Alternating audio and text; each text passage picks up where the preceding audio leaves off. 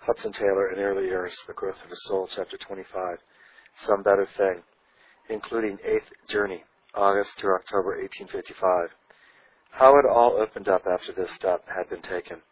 Returning alone from Hangchow Bay, Hudson Taylor hardly knew himself, for the same person who had so often been tried by the petty annoyances and more serious hindrances to his work by curious and excited crowds.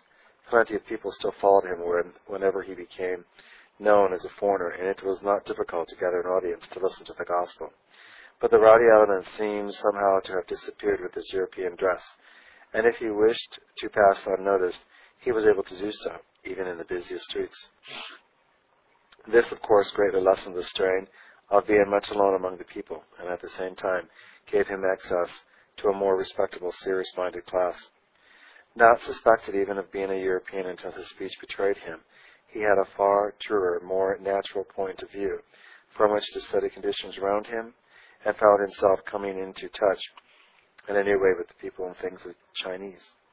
It was natural now to adopt their point of view as he could not before, and instinctively he began to identify himself with those towards whom he had hitherto occupied the position of a foreigner. Now he was one of them, in all outward respects, dressing, living, eating as they did, and greatly lessening the cost and difficulty of providing for his needs by doing so. Altogether the change was one for which he found himself increasingly thankful, and that made this August journey of peculiar interest. Eighth Journey, August 24th to the 31st. Working his way back by places he had not hitherto visited, he saw a good deal of new country, and was able to absorb more closely its character and needs. I parted with Dr. Parker last night, he wrote on August 28th, footnote, a letter to a friend in Hull, unfootnote, and am now alone for the first time in the interior in Chinese costume. I have been traveling through beautiful scenery today and among some rough people. How I wish you could have seen their gratitude for medical aid. Men and women, old and young, all seem thankful to receive it, and much groundless suspicion against foreigners must have been removed. Of course, I am known to be a foreigner by my accent as soon as I begin to speak. As you may suppose, I am not quite at home in my new dress, the turn-up shoes being especially uncomfortable, but I shall get used to them soon. The worst inconvenience is the head being uncovered, as the Chinese wear no cap at this time of year. Footnote.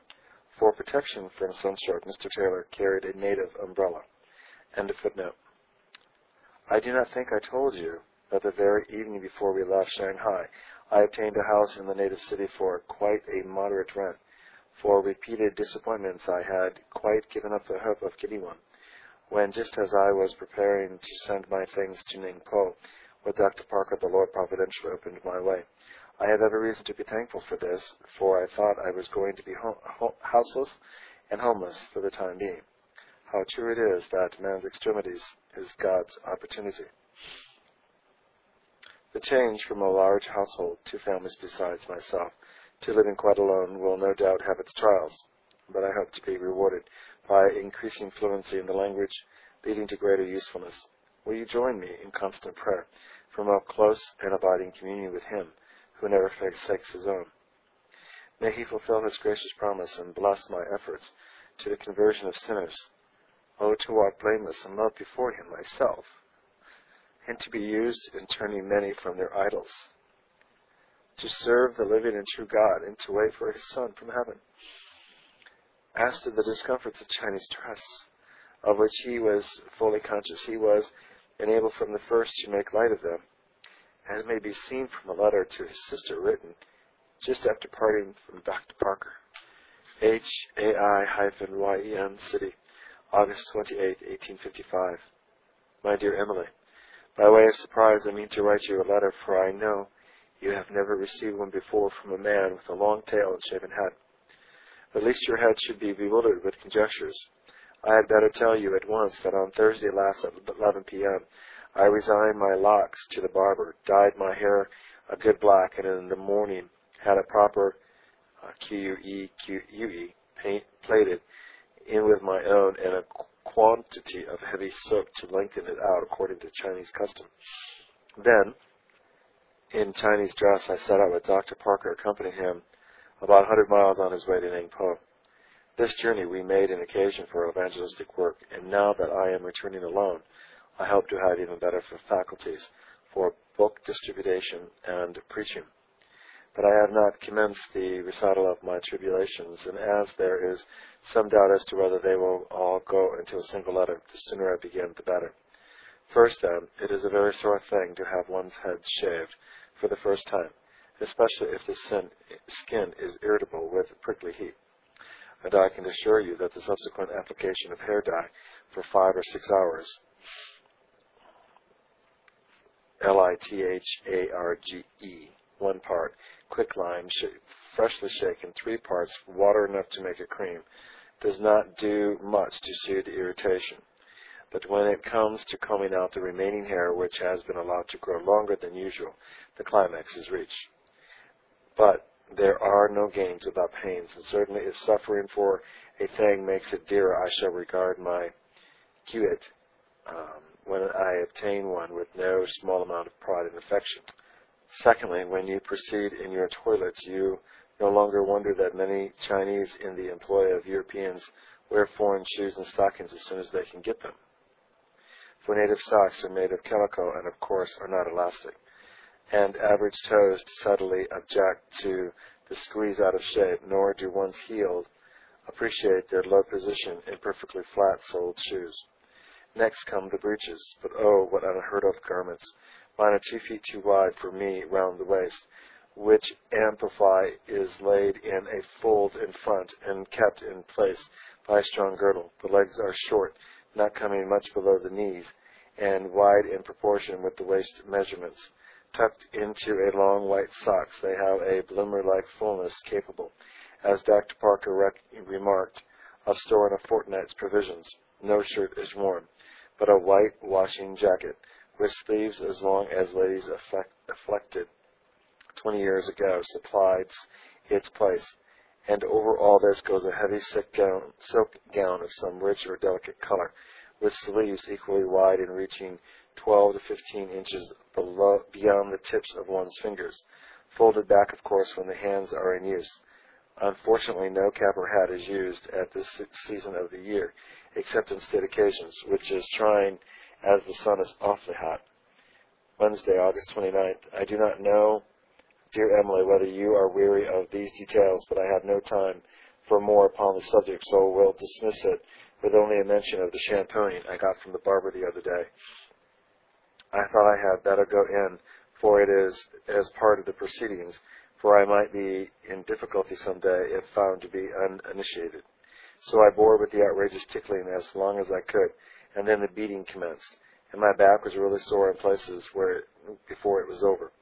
On the next occasion, however, I stood it better, and I hope to acquaint myself creditably in time with regard to this phase of the barber's art. While still with Dr. Parker on way to Hangzhou Bay, I was frequently recognized as a foreigner, because of having to speak to him in English, but today, in going from Hai-Yen City, no one even guessed that such a being was near. It was not until I began to distribute books and see patients that I became known. Then, of course, my men were asked where I came from, and the news soon spread. Dressed in this way, one is not so much respected at first sight as one might be in foreign clothing. But a little medical work soon puts that all right, and it is evidently to be one chief help for the interior. Women and men, it seems to me, manifest more readiness to come for medical aid now than they did before, and in this way, too, I think the native custom will be of service. Thus he returned to Shanghai as summer merged into autumn, to take up in the old surroundings a very different life, for the change he had made, after so much prayer, was soon found to affect more than his outward appearance. The Chinese felt it, the Europeans felt it, and above all he felt it himself, putting an intangible barrier between him and the foreign associations and throwing him back as never before upon the people of his adoption. This, while he rejoiced in it for his work's sake, was not without its sting. The covert sneers or undisguised contempt of the European community he found less difficult to bear than the disapproval of fellow missionaries. But this also had to be faced, for he was practically alone in his convictions, and certainly the only one to carry them into effect. The more he suffered for them, however, the more they deepened, and the more he gave himself to the Chinese in consequence, the more a new and wonderful joy in the Lord flooded his soul. The future is a raveled maze, he wrote to his mother early in September, but my path has always been made plain, just one step at a time. I must wait on God and trust in Him, and all will be well. I think I do love Him more than ever, and long increasingly to serve Him as He directs. I have had some wonderful seasons of soul refreshing lately, unworthy of them as I have been. And to his sister a few days later, the love of God is indeed wonderful to contemplate. His long-suffering how unbounded. If ever there was one who deserved eternal banishment from His presence, it is I.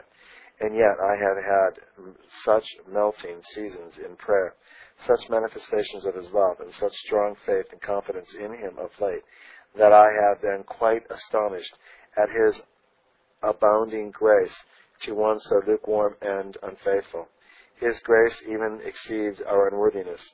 Can we say more than this? What a happy day it will be when, seeing Him as He is, we shall be made like Him, free from sin and perfect in purity. And these experiences only deepened when he left the settlement, parting from the friends with whom he had lived for months.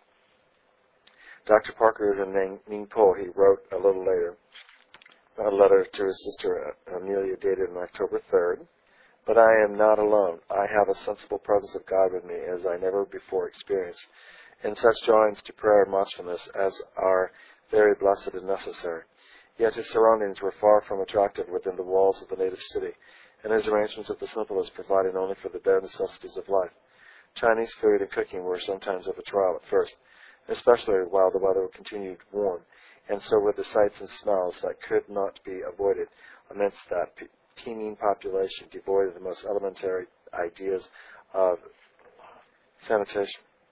But the principle remains the same throughout the ages. As the sufferings of Christ abounded us, so our consolation also aboundeth by Christ. And the consolation or encouragement, as it may be read, far exceeds the loneliness and sacrifice. It was Monday, September 17th, when he resumed upon moving into his new quarters a solitary life, and only 3 weeks later he wrote to tell his mother the sweetest joy he had ever known. For those 3 weeks had told, it was always overflow that blesses, and a heart so full of the love of God could not be awakened in others a hunger for more than they had known. The boys in the school felt it, the inquirers felt it, coming daily to the meetings, patients crowding the little dispensary felt it, and stayed to hear what the foreign doctor had to say, and above all, KUEI-HUA felt it in his own faithful servant and friend. Fully instructed in the truths of the gospel, the latter had for some time been a sincere believer, but now he could no longer refrain from confessing his master's God. Early one morning, therefore, he sought the young missionary, with the earnest request that he might be baptized. The day that followed was a busy one, but Hudson Taylor could not let it pass without communicating so great a joy. This morning, he wrote as the mail was leaving, my heart was gladdened by the request of KUEI-HUA, my adopted pupil's brother, to be baptized. The Lord has been working a manifest change in him of late, but not until today has he asked to be admitted into church membership. I cannot tell you the joy this has brought me. My soul does magnify the Lord, and my spirit hath rejoiced in God my Savior. Where my work ended here, I feel I could say with Simon, Lord, now lettest thou thy servant depart in peace, for my eyes have seen thy salvation. If one soul is worth worlds, mother, am I not abundantly repaid, and are not you too? And this was not the only encouragement of which he had to tell before the month was over, for that October mail brought another letter from Mr. Berger. Satisfied with the use made of his first gift of £10, this kind friend now repeated it, undertaking to do so every half year, and thus provided entirely for Hang Kong's education. But more than this, he wrote a very affectionate letter urging the young missionary to expect great things from God, and enclosing a further sum of £40 to be used as he thought best in the interest of the work. It seems to have been with an almost solemnized sense of the goodness of God that Hudson Taylor pondered all this in the light of the past and in its relation to the future. How long he had looked forward to the joy of winning his first convert among the heathen. How keenly he had felt lack of means properly to develop the work. Now souls were being given, not KEUEI-HUA only, but one or two other promising inquirers, and this generous friend in England was being drawn more and more into sympathy with the line of things to which he felt himself called. It was all so wonderful, so like God. What the future held he could not tell, but already the Lord was more than making up for plans that had to be abandoned and for all the trials undergone. And straight to his heart came the message of Mr. Birch's letter. Open thy mouth wide, and I will fill it. Oh yes, God is not straightened. If we expect much from him, he surely will not disappoint us.